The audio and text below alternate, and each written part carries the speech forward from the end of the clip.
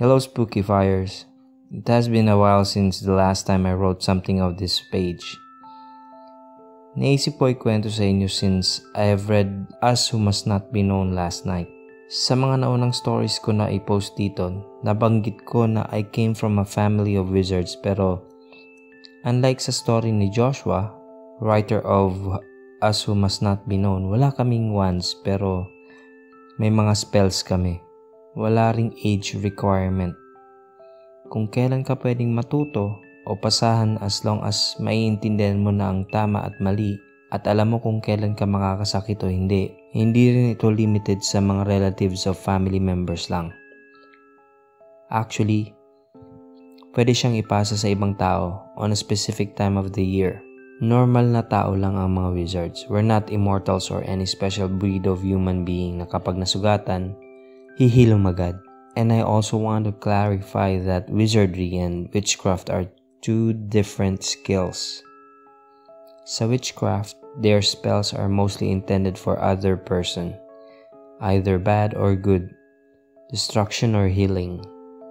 Kapag wizardry naman, it is more on a nature and illusions and or protection. I was 14 years old noong pinasa sa akin ni Lolo yung mga spells and pwede ko lang magpasa kapag Good Friday and most especially dapat ang magpapasa o magtuturo sa iyo has more than 7 years in practice na.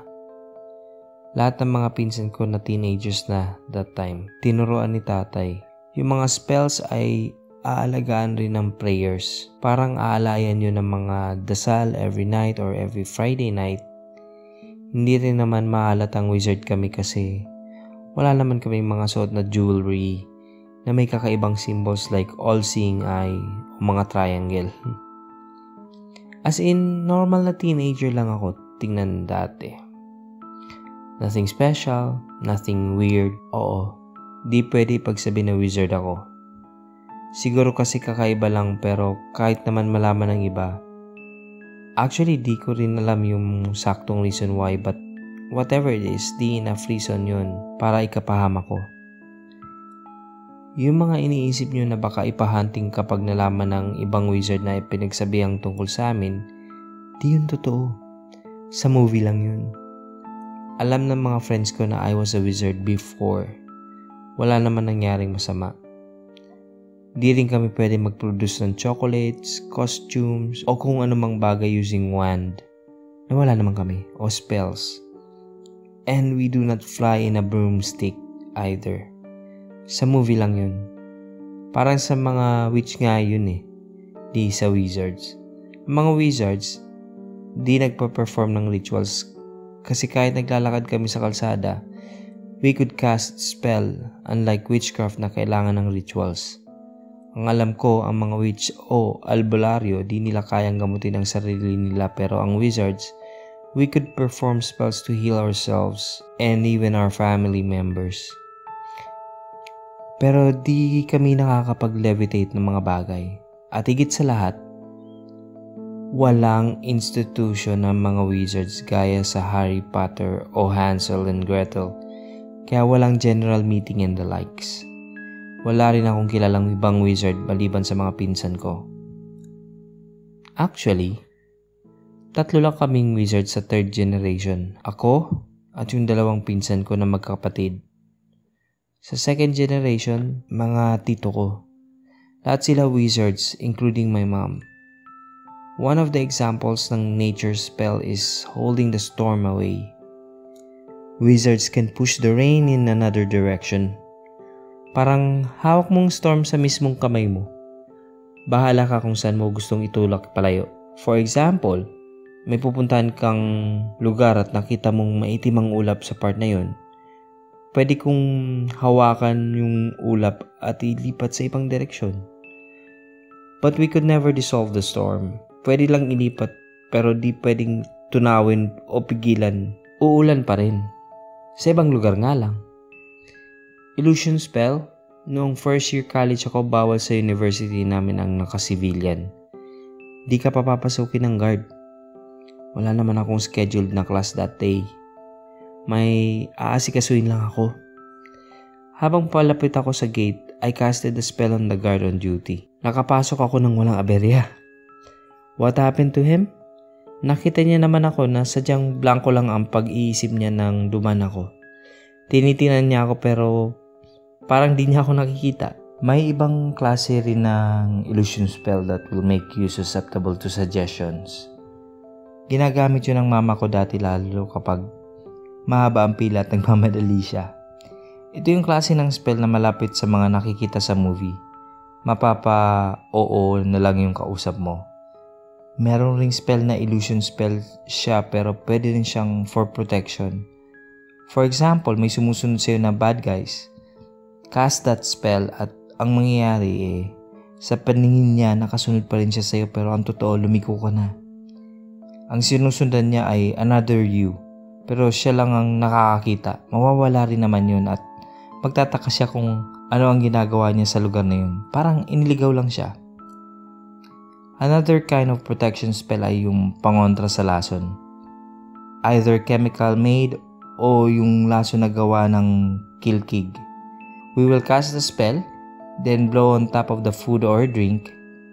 Presto, safe to eat na or drink na. Spell for breaking other spells or breaking the effect of anting-anting. Di ba nakikita nyo sa TV na may mga taong nagpapataga ng sarili kasi raw may anting-anting sila at di sila tinatablan? Totoo naman yun. Di talaga sila tatablan ng itak unless may wizard na makialam. Mabibreak namin yung effect ng anting-anting without them knowing it. Ganon din yung mga kumakain ng bubog o tumatawid ng alambre. Pero sabi ni tatay, wag daw kami makialam sa ganon kasi kawawa naman sila. Spell for healing. There are also spells intended for venom, ahas man yan, o aso, pusa, bubuyog, kahit anong hayop na may kamandag. Mayroon din para sa mga sakit ng tiyan, natural cause man o gawa ng maligno. Mayroon ring mga spell na kailangan pang isulat sa paper like spell for bleeding. Ito naman ay for emergency purposes. Isusulat ang spell sa paper at itatapat sa sugat. Hihinto ang dugo kahit artery pa ang tinamaan. Sa love potions naman, as I've said, we do not perform rituals. So, ang panggagayuma ay through spells rin. Walang ipapainom o ireregalo sa gagayumain. Spells siya na sasabihin lang sa hangin. Spells for warding off evil entities such as elementals, aswang, among others. Sa lahat ng spells, ito yung naiiba kasi right after na itinuro sa'yo, you will be visited by an entity. Parang test proving na kaya mo nang i-handle yung spell na yun. Ang nag-visit sa akin ay isang klase ng aswang. Paalisin lang yung aswang using the spell then back to normal na. Yun ang una kong minemorize. Kasi baka mag-surprise visit si entity tapos hindi ako ready. Nga lang. Marami pang klase ng spells pero mayroong spell na kaya niyang gawin lahat ng power ng ibang spells. All in one kumbaga. Pwede siyang panggayuma, proteksyon, against kulam, extra energy at lahat ng nabanggit sa taas. Kasi yung spell na yun, ang ibibigay sa iyo ay kung ano ang kailangan mo the moment you cast the spell. Unlike the others na for specific purposes lang. At isang paragraph ang haba niya, sabi ni tatay. Yun daw ang pinaka-powerful spell. Familiar kayo sa abracadabra, di ba? Maikli lang diba pero may totoong spell na mas maikli pa dyan. 8-letter word lang. A spell for protection. If someone or something were to attack me, I'll cast the spell at mapaparalyze yung attacker. I mean, freeze. This one comes in pair. First, spell to stop the enemy. Second, spell for getting even. Ganti. But take it from me, there are no good spells. All spells are bad kahit na paggamitin mo sa mabuti. Its origin is still bad because it does not come from God. I once had 60 spells and I renounced all of it when I turned to Jesus. Bakit naman natin kailangan ng protection or healing spell kung pwede naman tayo mag-approach sa throne of God for protection and healing? Kapag nagpa-practice ka ng spell, di ka nagtitiwala kay Lord. Kasi instead na mag-pray na i-deliver against evil, you will cast a spell. Nakarely ka sa spell, hindi kay Lord. What is the use of spell if you can pray instead? In the book of Leviticus, God prohibits wizardry, witchcraft and the likes. Pinalayas sa lupay ng Diyos ang lumabag. That would mean na ang mga spells ay di galing kay Lord. Di naman niya palalayasin kung sa kanya galing, right? P.S. I'm not just saying fabricated ang story ni Joshua. Ang sinasabi ko lang is, yung sa amin, as I have said, wala akong ibang kilalang wizards maliban sa mga pinsan, aunties, and uncle ko. If you guys have question, I'm pretty much willing to answer, but through confession pa rin. Nag-enjoy po ba kayo? Subscribe! Nag-upload po kami ng mahigit sa 3 videos sa loob ng 1 linggo. Salamat!